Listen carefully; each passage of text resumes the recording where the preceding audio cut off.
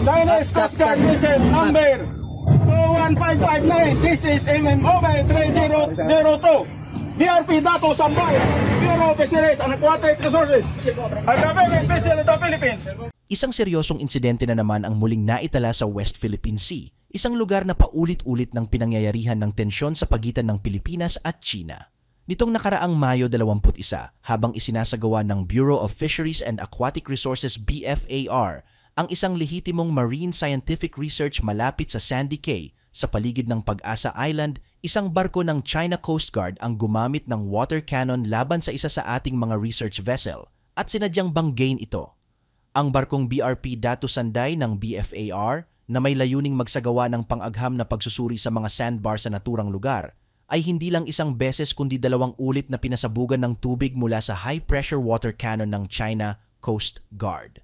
Mas malala pa, sinadya itong banggain ng barkong may bow number 21,550, bagay na nagdulot ng pinsala sa unahang bahagi at smokestack ng ating barko.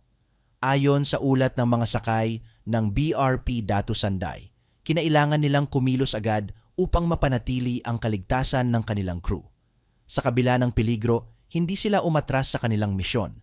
Matagumpay pa rin nilang nakumpleto ang pagkuha ng sample ng buhangin mula sa Pag-asa Case 1, 2 at 3. Kasama nila sa operasyon ang isa pang barko, ang BRP Dato Pagbuwaya. Mariing kinundena ng BFAR ang tinawag nilang hostile actions ng China Coast Guard, na ayon sa kanila ay hindi lamang isang bastos na pagkilos kundi isang tahasang paglabag sa soberanya ng Pilipinas.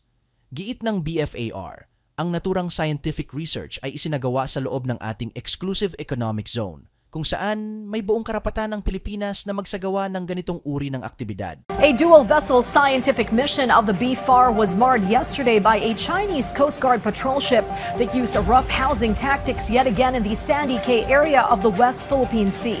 One of the research vessels, the BRP Dato Sanday, sustained physical damage to its bow and smokestack, with civilians on board at the receiving end of powerful water cannon blasts. Our Patrick De Jesus provides more details in this report.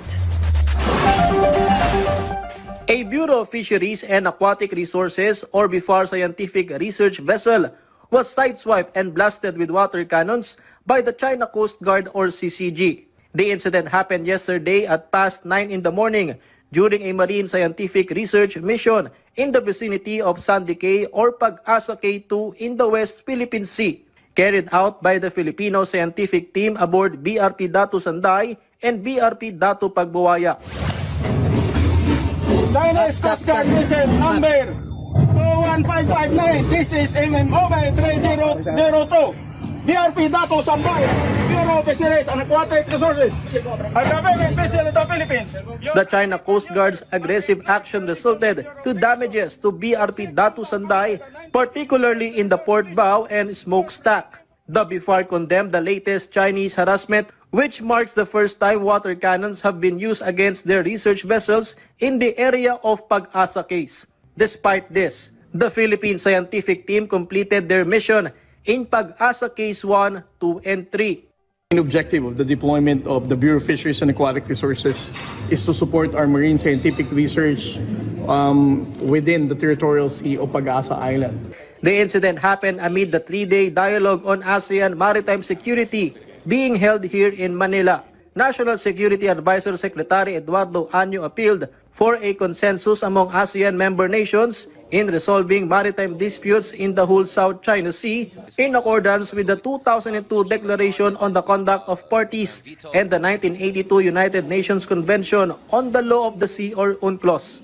And we, here in ASEAN, should be the strongest defender of that consensus, that we no longer want to go back to the time when might is right. The Philippines, for its part, will stand firm in the formulation of the South China Sea Code of Conduct, but in accordance with the standards of international law. The goal is to finalize the agreement by next year, together with China, with the Philippines set to serve as chair and host country of the ASEAN Summit. Any proposal or attempt to exclude, sideline, or create exemptions to UNCLOS and the broader framework of international law in the proposed COC mechanism reflects a lack of genuine intent and sincerity. Cannot have rules there that would, for example, impair the arbitral award or impair the right of the Philippines to have resort to the dispute settlement mechanisms under UNCLOS. Patrick De Jesus from the National TV for a new and better Philippines. Hindi ito ang unang pagkakataon na gumamit ng water cannon ang China Coast Guard laban sa mga barko ng Pilipinas. Sa nakalipas na mga buwan, ilang ulit nang naitala ang parehong agresibong mga aksyon, kadalasan ay laban sa mga barko ng Philippine Coast Guard o mga misyon ng resupply para sa mga tropa natin sa Ayungin Shoal. Ngunit sa pagkakataong ito, isang civilian research vessel ang naging target, isang malinaw na pahiwatig na hindi ligtas kahit ang mga gawaing pang-agham at pangkalikasan sa lugar. Naglabas na rin ng pahayag ang National Maritime Council kung saan kanilang inilahad ang matinding pagkabahala sa insidente. Ayon sa kanila, ang ganitong mga aksyon ay hindi lamang panganib sa mga sakay ng ating barko, kundi sa buong ideya ng karapatang pantao at internasyonal na batas dagat. Giit nila, kailangang igiit ng Pilipinas ang ating mga karapatan sa pamamagitan ng diplomasya ngunit sabay na paninindigan. Samantala, mariin namang itinanggi ng China ang mga paratang.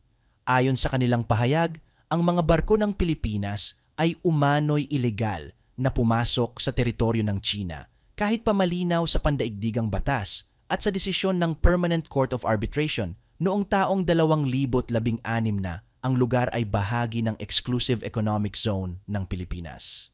Isa na namang halimbawa ito ng paulit-ulit na pagtatangka ng China na baluktutin ang batas upang suportahan ang kanilang tinatawag na 9-dash line na matagal nang itinakwil ng internasyonal na komunidad. Naninindigan ng Pilipinas sa pagbuo ng South China Sea Code of Conduct na naayon sa international law.